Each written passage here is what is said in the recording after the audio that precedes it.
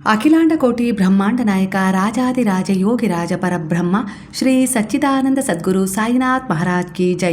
ಗುರುವಿನ ಪಾದಾರವಿಂದಗಳಿಗೆ ವಂದಿಸುತ್ತಾ ನಮಸ್ತೆ ಸ್ನೇಹಿತರೆ, ಗುರುವಾರ ಗುರುವಿನ ವಾರ, ಅದು ವಿಶೇಷವಾದ ವಾರನೇ. ಆದರೆ ಇನ್ನೂ ಅದು ಕೆಲವೊಂದು ವಿಶೇಷತೆಯಿಂದ ಇನ್ನೂ ವಿಶೇಷವಾಗುತ್ತೆ. ಅಂಥದ್ದೇ ಒಂದು ಶುಭ ದಿನ ಬರ್ತಾ ಇದೆ. 2026 ಜೂನ್ 18ನೇ ತಾರೀಕು, ಅಂದರೆ ಗುರುಪುಷ್ಯ ಯೋಗ, ಗುರುಪುಷ್ಯ ನಕ್ಷತ್ರದ ಒಂದು ಸುಯೋಗ ಇವತ್ತಿದೆ. ಇವತ್ತಿನ ದಿನ ನೀವು ಮಾಡುವ ಪ್ರತಿಯೊಂದು ಒಳ್ಳೆಯ ಕೆಲಸವು 1000 ಪಟ್ಟು ನಿಮಗೆ ಒಳ್ಳೆಯದನ್ನು ತಂದುಕೊಡುತ್ತೆ. ಇವತ್ತು ಹಂಸ ಯೋಗ ಕೂಡ ಇದೆ, ಹಾಗೆ ಇವತ್ತಿನ ದಿನ ಗಜಕೇಸರಿ ಯೋಗ ಕೂಡ ಇದೆ. ಈ ಶುಭ ಯೋಗದಲ್ಲಿ ಅಂದರೆ 16 ಶುಭ ಯೋಗಗಳು ಸೇರಿ ಈ ಒಂದು ಪುಷ್ಯ ನಕ್ಷತ್ರ ಅಂದರೆ ಗುರುಪುಷ್ಯ ನಕ್ಷತ್ರ ಬಂದಿದೆ. ಗುರುಪುಷ್ಯ ನಕ್ಷತ್ರದ ಅಧಿಪತಿ ಗುರುವಾಗಿದ್ದಾರೆ, ಹಾಗೆ ಇದರ ಸ್ವಾಮಿ ಶನಿದೇವರಾಗಿದ್ದಾರೆ. ಅಂದರೆ ನಿಮ್ಮ ಕರ್ತವ್ಯಗಳಿಗೆ ತಕ್ಕ ಹಾಗೆ ಫಲ ಸಿಗಲಿಕ್ಕೆ ಹೊರಟಿದೆ. ಅಂದರೆ ನೀವು ಯಾವೆಲ್ಲ ರೀತಿಯಲ್ಲಿ ಒಂದು ನಿಷ್ಠೆಯಿಂದ ಪ್ರಾಮಾಣಿಕ ಪ್ರಯತ್ನದೊಂದಿಗೆ ಒಂದು ಶ್ರಮ ಪಟ್ಟಿದ್ದೀರಲ್ಲ, ಆ ಕೆಲಸದಲ್ಲೆಲ್ಲ ನಿಮಗೆ ಒಂದು ಒಳ್ಳೆಯದಾಗಲಿಕ್ಕೆ ಈಗ ಒಂದು ಒಳ್ಳೆಯ ಸಮಯ ಶುರುವಾಗಿದೆ. ಅಂದರೆ ಅದನ್ನು ನೀವು ನಂಬಿದ ಗುರುವು, ಹಾಗೆ ನೀವು ನಂಬಿದ ದೇವರು, ಹಾಗೆ ಶನಿದೇವರು ನಿಮ್ಮ ಕರ್ಮಗಳಿಗೆ ನ್ಯಾಯ ಕೊಡಿಸಲಿಕ್ಕೆ ಶುರು ಮಾಡ್ತಾ ಇದ್ದಾರೆ ಅನ್ನುವ ಒಂದು ಶುಭ ಯೋಗವನ್ನು ಈ ಸಮಯ ನಿಮಗೆ ತಿಳಿಸ್ತಾ ಇದೆ. ಪುಷ್ಯ ನಕ್ಷತ್ರ ತನ್ನೊಳಗೆ ಒಂದು ವಿಭಿನ್ನವಾದ ಶಕ್ತಿ ಶುಭವನ್ನು ಹೊಂದಿರುತ್ತೆ. ಅದರಲ್ಲೂ ಗುರುವಾರ ಮಹಾವಿಷ್ಣುವಿನ ವಾರ ಆಗಿರುತ್ತೆ, ಹಾಗೆ ಗುರುವಿನ ವಾರ ಕೂಡ ಆಗಿರುತ್ತೆ. ಹಾಗಾಗಿ ಇವರಿಬ್ಬರ ಅನುಗ್ರಹ ಆಶೀರ್ವಾದದ ಜೊತೆ ಶನಿದೇವರ ಕೃಪೆ ಕೂಡ ನಿಮಗೆ ಸಿಗೋದ್ರಲ್ಲಿದೆ. ಅಲ್ಲಿಗೆ ಗುರು ಪ್ಲಸ್ ಮತ್ತು ಶನಿ ಪ್ಲಸ್ ಚಂದ್ರ, ಈ ಒಂದು ಸಂಯೋಗದಲ್ಲಿ ಹಂಸಯೋಗ ಹಾಗೆ ಗಜಕೇಸರಿ ಯೋಗ ಅನೇಕ ರೀತಿಯ ಶುಭ ಫಲಗಳನ್ನು ನಿಮಗೆ ತಂದುಕೊಡುತ್ತೆ. ಈ ದಿನ ನೀವು ಗುರುವಿನಲ್ಲಿ ತುಂಬ ನಂಬಿಕೆ ಇಟ್ಟು ಶ್ರದ್ಧೆಯಿಂದ ಪ್ರಾರ್ಥನೆ ಮಾಡಿದರೆ, ಹಾಗೆ ಏನಾದರೂ ಒಂದು ಸಂಕಲ್ಪ ಮಾಡಿದರೆ ಖಂಡಿತ ಅದು ನೆರವೇರುತ್ತೆ. ಅದಕ್ಕೆ ನಾನು ಯಾವ ರೀತಿ ಒಂದಿಷ್ಟು ಪರಿಹಾರಗಳನ್ನು ಮಾಡ್ಕೊಳ್ಬೇಕು ಅಂತ ಹೇಳಿ ತಿಳಿಸ್ತೀನಿ. ಹಾಗೆ ನೆಗೆಟಿವ್ ಎನರ್ಜಿ ನಿಮ್ಮ ಮನೆಯಲ್ಲಿದೆ, ಅನೇಕ ರೀತಿಯ ಅಡ್ಡಿ ಆತಂಕಗಳು ಎದುರಾಗ್ತಿದ್ದಾವೆ, ವಿನಾಕಾರಣ ಸಮಸ್ಯೆಗಳು ಇದ್ದಕ್ಕಿದ್ದ ಹಾಗೆ ಎದುರಾಗುತ್ತೆ. ಏನೂ ಸಮಸ್ಯೆ ಇಲ್ಲಪ್ಪ, ಬೇರೆ ಯಾರದ್ದೋ ಮೂಲಕ ಇಲ್ಲ ಮನೆಯವರ ಸುತ್ತಮುತ್ತ ಯಾವುದೋ ಒಂದು ವಿಚಾರದಲ್ಲಿ, ಮಕ್ಕಳ ವಿಚಾರದಲ್ಲಿ ಅನವಶ್ಯಕ ಸಮಸ್ಯೆಗಳು ಎದುರಾಗ್ತಿದ್ದಾವೆ ಅಂದರೆ ಖಂಡಿತ ಒಂದು ಕೆಟ್ಟ ದೃಷ್ಟಿಗೆ ಕಾರಣವಾಗಿರುತ್ತೆ. ಅಂದರೆ ಆ ಥರ ದೃಷ್ಟಿ ಬಿದ್ದಿರೋದಕ್ಕೆ ಆ ರೀತಿ ಸಣ್ಣ ಪುಟ್ಟ ಅವಘಡಗಳು ನಡೀತಾ ಇರ್ತವೆ. ಹಾಗಾಗಿ ಆವಾಗ ನೀವು ನಿಮ್ಮ ಮನೆಯನ್ನು, ನಿಮ್ಮನ್ನು ಹೀಲ್ ಮಾಡಬೇಕು, ಅಂದರೆ ಗುಣಪಡಿಸ್ತಾ ಇರಬೇಕು. ಕೆಲವೊಂದು ಟಾಕ್ಸಿಕ್ ವಿಷಕಾರಿ ಒಂದಿಷ್ಟು ವಿಚಾರಗಳನ್ನು, ಒಂದಿಷ್ಟು ದೃಷ್ಟಿಗಳನ್ನು ಹೊರಹಾಕುವ ಮೂಲಕ. ಸ್ನೇಹಿತರೆ, ನೇರವಾಗಿ ವಿಚಾರಕ್ಕೆ ಬಂದುಬಿಡ್ತೀನಿ. ಈ ದಿನ ನೀವು ಒಂದು ಅಫರ್ಮೇಷನ್ ಬರೀಬೇಕು, ಅಂದರೆ ಒಂದು ಸಂಕಲ್ಪ ಮಾಡಬೇಕು. ಹಾಗೆ ಗುರುವಿನಲ್ಲಿ ಸಂಪೂರ್ಣವಾದ ವಿಶ್ವಾಸವಿಟ್ಟು ನೀವು ಏನು ಬರೀತೀರೋ ಅದು ನಿಮ್ಮ ಜೀವನದಲ್ಲಿ ಸಿದ್ಧಿಸುತ್ತೆ. ನಂಬಿಕೆಯಿಂದ ಬರ್ಕೊಳ್ಬೇಕು. ಹೇಗೆ ಅಂತ ಹೇಳ್ತೀನಿ. ನೀವು ಒಂದಿಷ್ಟು ಹಾಲನ್ನು ತಗೊಳ್ಳಿ, ಹಾಗೆ ಒಂದು ಪೇಪರನ್ನು ತಗೊಳ್ಳಿ, ಹಾಗೆ ಒಂದು ಚಿಟಿಕೆ ಅರಿಶಿಣವನ್ನು ತಗೊಳ್ಳಿ. ಒಂದು ಚಿಟಿಕೆ ಅರಿಶಿಣವನ್ನು ಆ ಹಾಲಿನಲ್ಲಿ ಮಿಕ್ಸ್ ಮಾಡಿ ಆ ಹಾಲನ್ನು ನೀವು ಒಂದು ತಟ್ಟೆಯಲ್ಲಿ ಸುರ್ಕೊಳ್ಬೇಕು. ಅಂದರೆ ತಟ್ಟೆ ಹರಡುತ್ತಲ್ವ, ಹಾಗಾಗಿ ಊಟ ಮಾಡೋ ತಟ್ಟೆಯಲ್ಲಿ ಸುರಿದ್ಬಿಡಿ. ನಂತರ ಅದರಲ್ಲಿ ನಿಮ್ಮ ಕೈಗಳನ್ನು, ಎರಡೂ ಕೈಗಳನ್ನು ಅದ್ದಿ, ನಂತರ ಅದನ್ನು ಒಂದು ಎರಡೂ ಕೈಗಳ ಅಚ್ಚು ಮೂಡುವ ಪೇಪರ್ನಲ್ಲಿ ಹಾಲಿನಲ್ಲಿ ಅದ್ದಿದ ಕೈಗಳ ಗುರುತನ್ನು ಆ ಪೇಪರ್ ಮೇಲೆ ಇಡಬೇಕು. ಅದರ ಮೇಲೆ ನೀವು ಹಾಲಿನಲ್ಲಿ ಅದ್ದಿದ ಎರಡೂ ಹಸ್ತಗಳ ಒಂದಿಷ್ಟು ರೇಖೆಗಳು ಮೂಡುತ್ತೆ. ಆ ರೀತಿಯಾಗಿ ಪೂರ್ಣ ಹಸ್ತಗಳು ಅದರ ಮೇಲೆ ಊರುವ ಹಾಗೆ ಎರಡೂ ಕೈಗಳನ್ನು ಇಡುವಷ್ಟು ದೊಡ್ಡ ಪೇಪರನ್ನು ತಗೊಳ್ಬೇಕು. ನಂತರ ಆ ಪೇಪರನ್ನು ಒಣಗಲಿಕ್ಕೆ ಇಡಿ, ಅಂದರೆ ಕಾಳಿಗಿಡಿ, ಅದು ಆರತ್ತೆ. ಹಾಗೆ ಆದಮೇಲೆ ನಂತರ ನೀವು ಬಾಬಾರವರೆದುರಿಗೆ ಕುಳಿತು, ಅದು ಬೆಳಗ್ಗೆ ಸಂಜೆ ಸಮಯ ಯಾವಾಗಲಾದರೂ ಆಯಿತು, ಗುರುವಾರದ ದಿನ ಇದು ಮಾಡಿಕೊಳ್ಬೇಕು. ಅವತ್ತು ಪುಷ್ಯ ನಕ್ಷತ್ರ ಇದೆ, ಗುರುಪುಷ್ಯ ಯೋಗ ಇದೆ.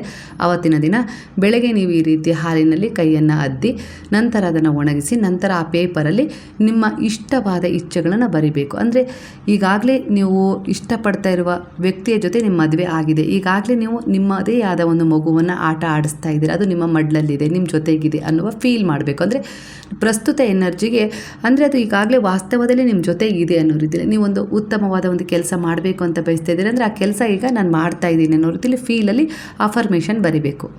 ನೀವು ಬಯಸ್ತಾ ಇರೋದು ನಿಮಗಾಗಲೇ ಸಿಕ್ಕಿದೆ, ನೀವೀಗ ಕೆಲಸ ಮಾಡ್ತಾ ಇದ್ದೀರ, ನಿಮ್ಮ ಒಂದು ಇಷ್ಟಪಟ್ಟ ಜಾಗದಲ್ಲಿ ನೀವು ಕೆಲಸ ಮಾಡ್ತಾ ಇದ್ದೀರಿ. ಈ ರೀತಿಯಾಗಿ ನಿಮಗೆ ಇಷ್ಟವಾದದ್ದನ್ನು ಅದರಲ್ಲಿ ಸಿಕ್ಕಿದೆ ಅನ್ನೋ ರೀತಿಯಲ್ಲಿ ಬರೆದು, ನಾನು ಬಯಸಿದ್ದನ್ನು ನನಗೆ ನೀಡಿದ್ದಕ್ಕಾಗಿ ಧನ್ಯವಾದಗಳು ಅನ್ನೋ ರೀತಿಯಲ್ಲಿ, ಕೃತಜ್ಞತೆಗಳು ಅನ್ನೋ ರೀತಿಯಲ್ಲಿ ಭಗವಂತನಿಗೆ, ನೀವು ನಂಬಿದ ಗುರುವಿಗೆ ಕೃತಜ್ಞತೆಗಳನ್ನು ಸಲ್ಲಿಸಬೇಕು. ಥ್ಯಾಂಕ್ ಯು ಅಂತ ಹೇಳಿ.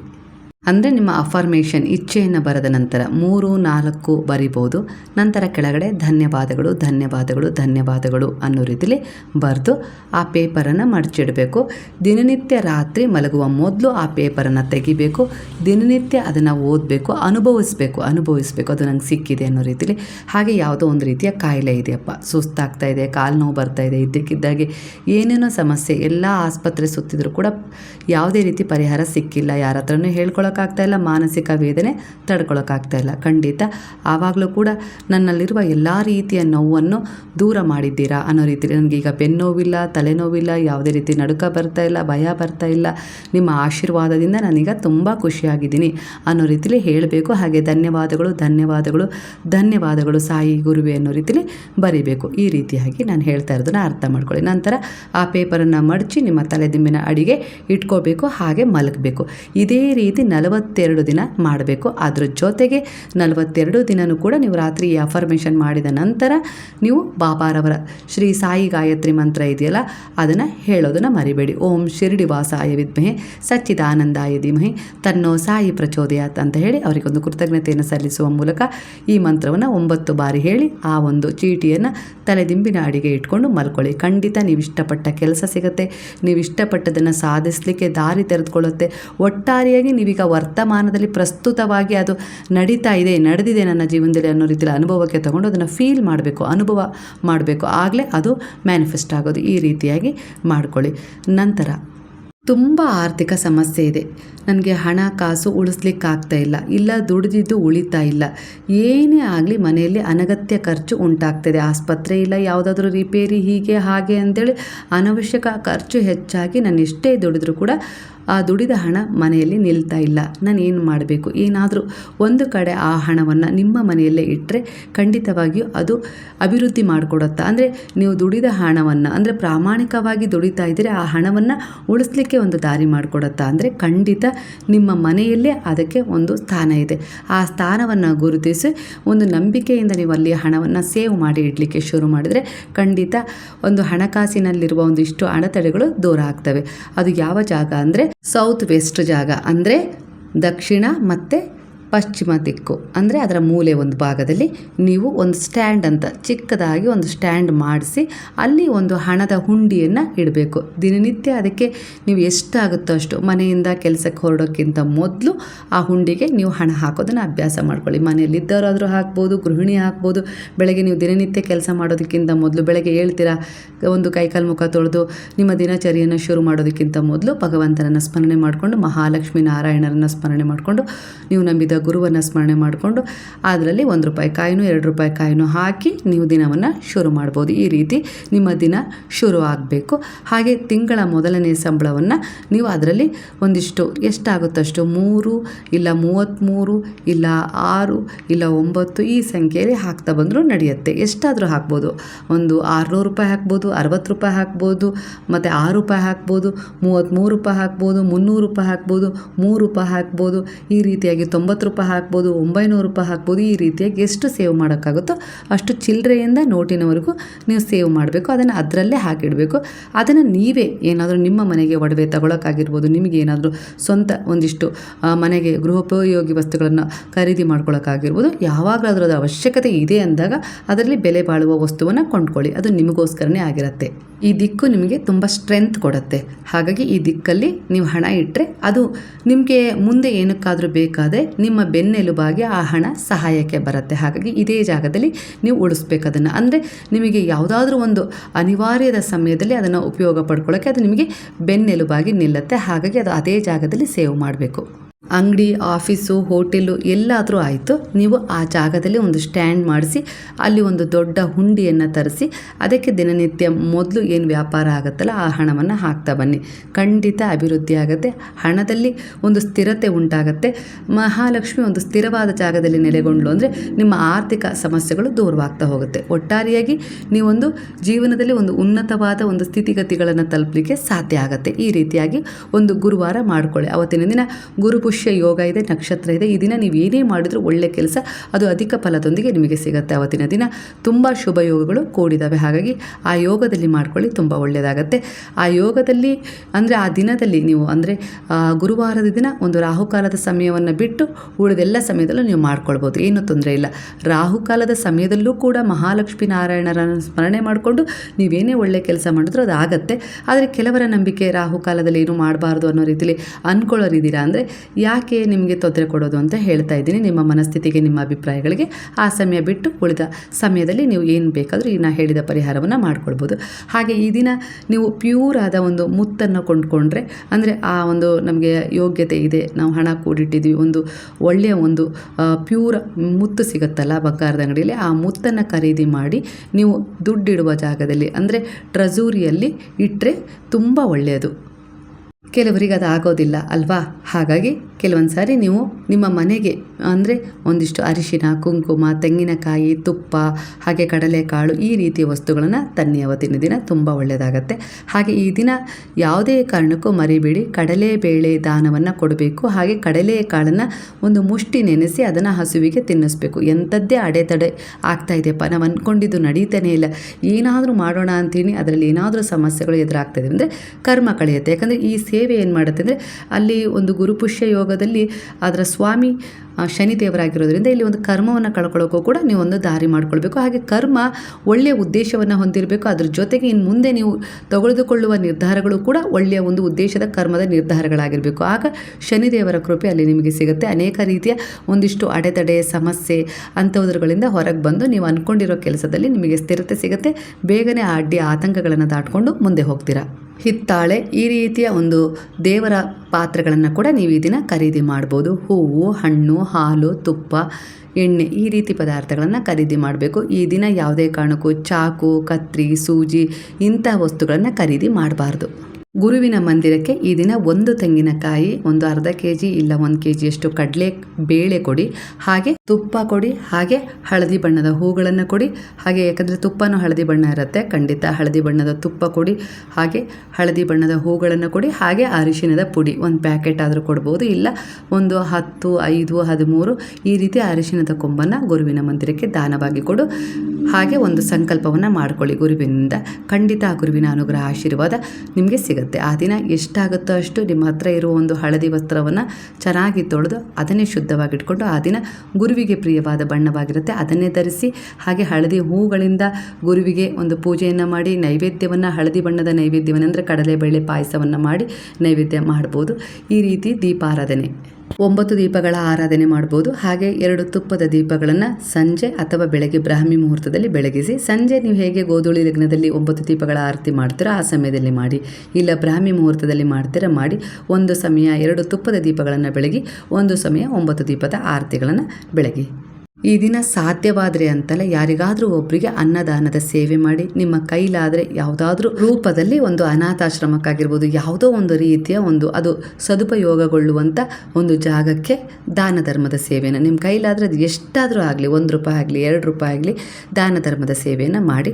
ಇಲ್ಲವೇ ಯಾರಿಗಾದರೂ ವಸ್ತ್ರ ಕೊಡಿಸ್ಬೋದು, ಹಾಗೆ ನಿರ್ಗತಿಕರಿಗೆ ಏನಾದರೂ ಒಂದು ಚಪ್ಪಲಿ ಕೊಡಿಸ್ಬೋದು, ಈ ರೀತಿಯಾಗಿ ಛತ್ರಿ ಕೊಡಿಸ್ಬೋದು, ಹೊದಿಕೆ ಕೊಡಿಸ್ಬೋದು. ಈ ರೀತಿ ಕೂಡ ನೀವು ಸೇವೆಯನ್ನು ಮಾಡ್ಬೋದು. ನಮಗೆ ತುಂಬ ಸಮಸ್ಯೆ ಇದೆ, ನಾವೇನು ಕೊಡಿಸೋದು ಅನ್ನೋ ರೀತಿಲಿ ಯೋಚಿಸ್ಬೇಡಿ. ನಮಗೆ ಸಮಸ್ಯೆ ಇದ್ದೇ ಇರುತ್ತಲ್ವ, ಹಾಗಾಗಿ ಇದೇ ಇದೆ ಅನ್ನೋ ರೀತಿಲಿ ಮ್ಯಾನಿಫೆಸ್ಟ್ ಮಾಡಬೇಡಿ. ನಾವು ಕೊಡಿಸಬಲ್ಲೆವು ಅಂದರೆ ನಮಗೂ ಕೂಡ ಆ ಯೋಗ್ಯತೆ ಕೊಟ್ಟಿದ್ದಾನೆ ಭಗವಂತ ಅನ್ನೋ ರೀತಿಲಿ ಒಂದಿಷ್ಟು ಖರ್ಚಪ್ಪ, ನೀವು ಉಳಿಸ್ಕೊಂಡಿರೋ ದುಡ್ಡಲ್ಲೇ ಒಂದು 500 ರೂಪಾಯಿ ಕೊಟ್ಟು ಒಂದು ಜೊತೆ ಚಪ್ಪಲಿನೋ, ಒಂದು 150 ರೂಪಾಯಿ ಕೊಟ್ಟು ಒಂದು ಛತ್ರಿನೋ, ಈ ರೀತಿಯಾಗಿ ಒಬ್ರಿಗೆ ಊಟನೋ ಕೊಡಿಸಿದರೆ ಅದು 10 ಅಲ್ಲ 1000 ಪಟ್ಟು ನಿಮ್ಮ ಬಳಿ ಮರಳಿ ಬರುತ್ತೆ. ಕೂಡಿಟ್ಟರೆ ಅದು ಮುಂದೆ ಮುಂದೆ ಆಗುತ್ತೆ ಅಂತ ಹೇಳಿ ಆ ರೀತಿ ಕೂಡಿ ಇಡೋದು ಒಳ್ಳೆಯದೇ. ಹಾಗಂತ ತುಂಬ ಯಾವ ರೀತಿ ಅಂದರೆ ಒಂದು ಜುಗ್ಗುತನ ಮಾಡಬಾರ್ದು. ಒಂದು ಸ್ವಲ್ಪ ಅದನ್ನು ಲಕ್ಷ್ಮೀನ ಹರಿಲಿಕ್ಕೂ ಕೂಡ ಬಿಡಬೇಕು. ಖಂಡಿತ ಅದು ಹಾಗೆ ಮತ್ತೆ ಮರಳಿ ಬರುತ್ತೆ. ಹಾಗಾಗಿ ಇಷ್ಟೊಂದು ಪರಿಹಾರಗಳನ್ನು ಗುರು ಪುಷ್ಯಾಮೃತ ಯೋಗದಲ್ಲಿ ನಿಮ್ಗೆ ಯಾವುದು ಸರಿಯೋ, ಯಾವುದು ಉತ್ತಮವೋ ಅದನ್ನು ಖಂಡಿತ ಮಾಡ್ಕೊಳ್ಳಿ. ಇದೆಲ್ಲದೂ ನಿಮಗೆ ಜೀವನದಲ್ಲಿ ಒಂದು ಉತ್ತಮವಾದದ್ದನ್ನು ಪಡ್ಕೊಳ್ಳೋಕ್ಕೆ ಖಂಡಿತ ದಾರಿಯನ್ನು ತೆರೆದುಕೊಡುತ್ತೆ. ಗುರುವು ಅಷ್ಟು ಸುಲಭದಲ್ಲಿ ತನ್ನನ್ನು ನಂಬಿದ ಭಕ್ತರನ್ನು ಕೈ ಬಿಡೋದಿಲ್ಲ. ಇವತ್ತು ಲಕ್ಷ್ಮೀನಾರಾಯಣರ ವಾರ, ಗುರುವಾರ ಆಗಿರೋದ್ರಿಂದ, ಹಾಗೆ ಗುರುವಿನ ವಾರ ಆಗಿರೋದ್ರಿಂದ ಮಹಾಲಕ್ಷ್ಮೀ ನಾರಾಯಣರ ಕೃಪೆ, ಗುರುವಿನ ಅನುಗ್ರಹ, ಆಶೀರ್ವಾದ, ನೀವು ನಂಬಿದ ದೇವತೆಗಳ ಆಶೀರ್ವಾದ ಸಂಪೂರ್ಣವಾಗಿ ನಿಮಗೆ ಸಿಗುತ್ತೆ.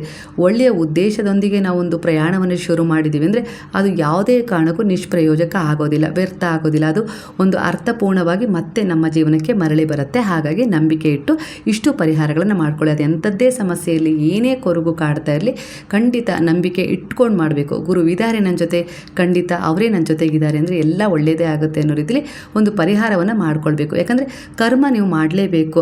ಅಂದರೆ ಒಂದೊಂದ್ಸರಿ ರಾಜನ ಮಗನಾಗಿ ಹುಟ್ಟಿದರೂ ಕೂಡ ಎಲ್ಲ ಇರುತ್ತೆ, ಕರ್ಮ ಮಾಡದಿದ್ರೆ ಅವನು ಏನೂ ಪಡ್ಕೊಳ್ಳೋಕೆ ಸಾಧ್ಯ ಇಲ್ಲ ಅಂತಾರಲ್ಲ. ಹಾಗಾಗಿ ಇಲ್ಲಿ ಕರ್ಮವನ್ನು ಮಾಡಲೇಬೇಕು ನಾವು, ಆಗಲೇ ಅದು ಯಾವುದಾದ್ರೂ ಒಂದು ರೀತಿಯಲ್ಲಿ ಅದನ್ನು ನಾವು ಒಂದು ಸಿದ್ಧಿಸ್ಕೊಳ್ಳೋಕ್ಕೆ ಸಾಧ್ಯ ಆಗುತ್ತೆ. ಹಾಗಾಗಿ ಇಲ್ಲ ಅಂದರೆ ನಾವು ಕರ್ಮನೇ ಮಾಡಲಿಲ್ಲ ಅಂದರೆ ನಾವು ಎಲ್ಲಿರ್ತೀವೋ ಅಲ್ಲೇ ಜಡ ವಸ್ತುವಾಗಿದ್ಬಿಡ್ತೀವಿ. ಎಲ್ಲ ಭಾಗ್ಯವೂ ನಮಗಿರುತ್ತೆ, ಆದರೆ ಅದನ್ನು ಪಡ್ಕೊಳ್ಳೋಕ್ಕೆ ನಮಗೆ ಎಲ್ಲೋ ಒಂದು ರೀತಿಯಲ್ಲಿ ಸೋಮಾರಿತನ ಇಲ್ಲ ಒಂದು ಅಪನಂಬಿಕೆ ಅಡ್ಡ ಬಂದಿರುತ್ತೆ. ಹಾಗಾಗಿ ಪರಿಹಾರ ಮಾಡಿಕೊಳ್ಳುವ ನಿಟ್ಟಿನಲ್ಲಿ ನೀವು ಪ್ರಾಮಾಣಿಕ ಪ್ರಯತ್ನ ಮಾಡಿ. ಈ ಬ್ರಹ್ಮಾಂಡದ ಶಕ್ತಿ ಆಗಿರ್ಬೋದು, ಗುರು ಆಗಿರ್ಬೋದು, ನೀವು ನಂಬಿದ ದೈವಶಕ್ತಿ ಆಗಿರ್ಬೋದು, ಯಾವತ್ತಿಗೂ ನಿಮ್ಮನ್ನು ಕೈ ಬಿಡೋದಿಲ್ಲ. ಒಟ್ಟಾರೆಯಾಗಿ ನೀವು ಮಾಡಿದ ಉತ್ತಮ ಕರ್ಮ ನಿಮ್ಮನ್ನು ರಕ್ಷಿಸುತ್ತೆ. ಹಾಗೆ ಮನೆ ಮೇಲೆ ತುಂಬ ಒಂದು ನೆಗೆಟಿವ್ ಎನರ್ಜಿ ಬಿದ್ದಿದೆ, ಯಾರೋ ಬಂದು ಹೋದಾಗ ಜಗಳ ಆಗುತ್ತೆ, ಇಲ್ಲ ಯಾರದು ಕೆಟ್ಟ ಒಂದು ದೃಷ್ಟಿ ಬಿದ್ದಿದೆ, ಇಲ್ಲ ಏನೇನೋ ಒಂದು ಅಡ್ಡಿ ಆತಂಕಗಳು ಸಮಸ್ಯೆಗಳು ಆಗ್ತಾ ಇದೆ, ನಮ್ಮ ಹಿತಶತ್ರುಗಳಿಂದನೂ ಇಲ್ಲ ನಮ್ಮ ದೂರದ ಶತ್ರುಗಳಿಂದನೂ ಆಗ್ತಾ ಇದೆ. ಅದು ನಮ್ಮ ಕಣ್ಣಿಗೆ ಕಾಣಿಸ್ತಾ ಇಲ್ಲ. ಅದರಿಂದ ಹೇಗೆ ಹೊರಗೆ ಬರಬೇಕು ಅಂದರೆ ಈ ದಿನ ನಾನು ಇದನ್ನು ಸಾಕಷ್ಟು ಸಾರಿ ಹೇಳಿದ್ದೀನಿ, ಆದರೂ ಕೂಡ ಈ ದಿನ ಹೇಳ್ತೀನಿ. ಯಾಕಂದರೆ ಈ ದಿನ ಗುರುಪುಷ್ಯ ಯೋಗ ಇದೆ, ಗುರುವಾರ ಇದೆ. ಅದರಲ್ಲೂ ಹಳದಿ ಸಾಸಿವೆಯನ್ನು ನಿಮ್ಮ ಮನೆಯಲ್ಲಿ ಅಂದರೆ ಎಲ್ಲ ಕಡೆ ಒಂದು ಮೂಲೆಯಲ್ಲೂ ರಾತ್ರಿ ಮಲಗೋದಕ್ಕಿಂತ ಮೊದಲು ಒಂದು 5 ಕಾಳು 6 ಕಾಳು ಹಾಕಿ ಮಲಗಿ ಶುಕ್ರವಾರ ಬೆಳಗ್ಗೆ ಎದ್ದ ತಕ್ಷಣವೇ ಅದನ್ನು ಗುಡಿಸಿ ನಮ್ಮ ಮನೆಯಿಂದ ಎಲ್ಲರ ಕೆಟ್ಟ ದೃಷ್ಟಿಯನ್ನು ಗುಡಿಸಿ ನಾನು ಹೊರಗೆ ಹಾಕ್ತಾ ಇದ್ದೀನಿ ಅನ್ನೋ ರೀತಿಲಿ ಅದನ್ನು ಹೊರಗಡೆ ಯಾರು ತುಳಿದೇ ಇರೋ ಜಾಗಕ್ಕೆ ಹಾಕಿಬಿಟ್ರೆ ಆಯಿತು. ಈ ರೀತಿ ಮಾಡ್ಕೊಳ್ತಾ ಬನ್ನಿ, ತುಂಬ ಒಳ್ಳೆಯದಾಗತ್ತೆ. ತುಂಬ ಇದನ್ನು ಮಾಡ್ಕೊಂಡವರು ತುಂಬ ನನಗೆ ಫೋನ್ ಮಾಡಿ ಹೇಳಿದರೆ ತುಂಬ ಈಗ ಉತ್ತಮ ಸ್ಥಿತಿ ಇದೆ, ಹಿಂದಿನಗಿಂತ ಈಗ ತುಂಬ ನಾವು ಬೆಟರ್ ಫೀಲ್ ಮಾಡ್ತಾ ಇದ್ದೀವಿ, ತುಂಬ ಒಳ್ಳೆಯ ಅನುಭವದೊಂದಿಗೆ ಸಾಕ್ತಾ ಇದ್ದೀವಿ ಅನ್ನೋ ರೀತಿಯಲ್ಲಿ ಹೇಳ್ಕೊಂಡಿದ್ದಾರೆ. ಹಾಗಾಗಿ ನಿಮಗೂ ಅದು ಆಗುತ್ತೆ, ಸ್ವಲ್ಪ ಮಾಡಿ. ಈ ರೀತಿಯಾಗಿ ನಮ್ಮನ್ನು ನಾವು ನಮ್ಮ ಒಂದು ಮನೆಯನ್ನು ಕ್ಲೈನ್ಸಿಂಗ್ ಮಾಡ್ಕೊಳ್ತಾನೆ ಇರಬೇಕು ಆವಾಗ. ಯಾಕಂದರೆ ಅಂಥ ಒಂದು ಕೆಟ್ಟ ದೃಷ್ಟಿಗಳು ನಮ್ಮನ್ನು ಆಗಾಗ ತಾಕ್ತಾ ಇರ್ತವೆ. ಹಾಗಾಗಿ ನಾವು ಅಂಥ ದೃಷ್ಟಿ ದೋಷವನ್ನು ನಿವಾರಣೆ ಮಾಡಿಕೊಳ್ಳೇಬೇಕಾಗತ್ತೆ. ಆಗಲೇ ಅಡ್ಡಿ ಆತಂಕಗಳು ದೂರ ಆಗುತ್ತೆ. ಹಾಗೆ ಅನೇಕ ರೀತಿಯ ಸಮಸ್ಯೆಗಳಿಂದ, ಜಗಳಗಳಿಂದ, ತಾಪತ್ರಯಗಳಿಂದ ನಾವು ಕೂಡ ಒಂದು ಹೊಸ ಎನರ್ಜಿಯೊಂದಿಗೆ ಬದಲಾಗ್ತಾ ಹೋಗ್ತೀವಿ. ಆ ತಾಪತ್ರಯಗಳು ಕಡಿಮೆ ಆಗ್ತಾ ಹೋಗ್ತವೆ. ಸ್ನೇಹಿತರೆ, ಮಾಹಿತಿ ಇಷ್ಟವಾಗಿದೆ ಅಂತೇಳಿ ಅಂದ್ಕೊಳ್ತೀನಿ. ಗುರುಪುಷ್ಯ ಯೋಗದ ಈ ಒಂದು ದಿನ ತುಂಬ ಒಂದು ಶುಭ ಯೋಗ ಇದೆ. ಹಾಗಾಗಿ ಶುದ್ಧವಾಗಿ ಸರಳವಾಗಿ ನಿಮ್ಮ ಕೈಲಾದಷ್ಟು ಮಟ್ಟಿಗೆ ನೀವು ಹೇಗೆ ಗುರುವಿಗೆ ಸೇವೆಯನ್ನು ಸಲ್ಲಿಸ್ತೀರೋ ಅದೇ ರೀತಿ ಮನಃಪೂರ್ವಕವಾಗಿ ಒಂದೇ ಒಂದು ತುಳಸಿಯ ದಳವನ್ನು ಅವರ ಪಾದದ ಮೇಲಿಡುವ ಮೂಲಕ ಕೂಡ ನೀವು ಪ್ರಾರ್ಥನೆಯನ್ನು ಮಾಡಿಕೊಂಡು 2 ತುಪ್ಪದ ದೀಪಗಳನ್ನು ಬೆಳಗಿಸುವ ಮೂಲಕ ನೀವು ಅವರ ಶರಣದಲ್ಲಿ ಹೋದರೆ ಅನೇಕ ರೀತಿಯ ಸಮಸ್ಯೆಗಳಿಗೆ ಪರಿಹಾರ ಸಿಗುತ್ತೆ. ತುಪ್ಪ ತರಲಿಕ್ಕೆ ಆಗೋದಿಲ್ಲ ಅನ್ನೋ ರೀತಿಲಲ್ಲ, ಒಂದಿಷ್ಟಾದರೂ ತುಪ್ಪ ತಂದು ತುಪ್ಪದ ದೀಪಗಳನ್ನು ಬೆಳಗಿಸಿ ನೋಡಿ, ಆ ಮನೆಯ ವೈಭವ ಸಾತ್ವಿಕವಾಗಿರುತ್ತೆ. ಹಾಗೆ ಅದು ವೈಭವ ಒಂದು ಸೂಚನೆಗಳೊಂದಿಗೆ ನಿಮಗೆ ಅನೇಕ ರೀತಿಯ ಒಂದು ಶುಭಕರವಾದ ದ್ವಾರಗಳನ್ನು ತೆರೆದುಕೊಡುತ್ತೆ. ಹಾಗಾಗಿ ತುಪ್ಪ ಕೂಡ ನಿಮಗೆ ಸಾತ್ವಿಕವಾದ ಒಂದು ಶಾಂತತೆಯನ್ನು ತಂದುಕೊಡುತ್ತೆ, ಮನಸ್ಸನ್ನು ಹೀಲ್ ಮಾಡುತ್ತೆ. ಹಾಗೆ ಮನೆಯ ಪ್ರಕೃತಿಯನ್ನು ಕೂಡ ತುಂಬ ಸೊಗಸಾಗಿ ಇಡುತ್ತೆ. ಹಾಗಾಗಿ 2 ತುಪ್ಪದ ದೀಪಗಳನ್ನು ಬೆಳಗ್ಗೆ ಬ್ರಾಹ್ಮಿ ಮುಹೂರ್ತದಲ್ಲಿ ಇಲ್ಲ ಸಂಜೆ ಒಂದು ಗೋಧೂಳಿ ಲಗ್ನದಲ್ಲಿ ಬೆಳಗೋದನ್ನು ಮರಿಬೇಡಿ. ಮಧ್ಯದಲ್ಲಿ ಇಲ್ಲ 2 ಸಮಯದಲ್ಲಿ ಒಂದು ಸಮಯ ದೀಪದ ಅಂದರೆ ಕೊಬ್ಬರೆಣ್ಣೆ ದೀಪವನ್ನು ಬೆಳಗಿಸಿ, ಒಂದು ಸಮಯದಲ್ಲಿ 2 ತುಪ್ಪದ ದೀಪಗಳನ್ನು ಬೆಳಗಿಸಿ, ನಂತರ ಅದೇ ದೀಪಗಳನ್ನು ತುಳಸಿಯ ಮುಂದೆ ತಗೊಂಡೋಗಿ ತುಳಸಿ ದೇವಿಗೂ ಕೂಡ ಅದನ್ನು ಬೆಳಗಿಸಿ ಪ್ರಾರ್ಥನೆ ಮಾಡ್ಕೊಳ್ಳಿ. ತುಂಬ ಒಳ್ಳೆಯದಾಗತ್ತೆ ಸ್ನೇಹಿತರೆ. ಮಾಹಿತಿ ಇಷ್ಟವಾಗಿದ್ದರೆ ಸಾಯಿರಾಮ್ ಅಂತೇಳಿ ಕಮೆಂಟ್ ಮಾಡೋದನ್ನು ಮರಿಬೇಡಿ. ಹಾಗಾದರೆ ಮತ್ತೊಮ್ಮೆ ಎಲ್ಲರೂ ಸೇರಿ ಹೇಳೋಣ, ಹರೇ ರಾಮ ರಾಮ ರಾಮ ಹರೇ ಹರೇ, ಹರೇ ಕೃಷ್ಣ ಕೃಷ್ಣ ಕೃಷ್ಣ ಹರೇ ಹರೇ, ಹರೇ ಸಾಯಿ ಸಾಯಿ ಸಾಯಿ ಹರೇ ಹರೇ, ಹರೇ ಬಾಬಾ ಬಾಬಾ ಬಾಬಾ ಹರೇ ಹರೇ, ಹರೇ ದತ್ತ ದತ್ತ ದತ್ತ ಹರೇ ಹರೇ.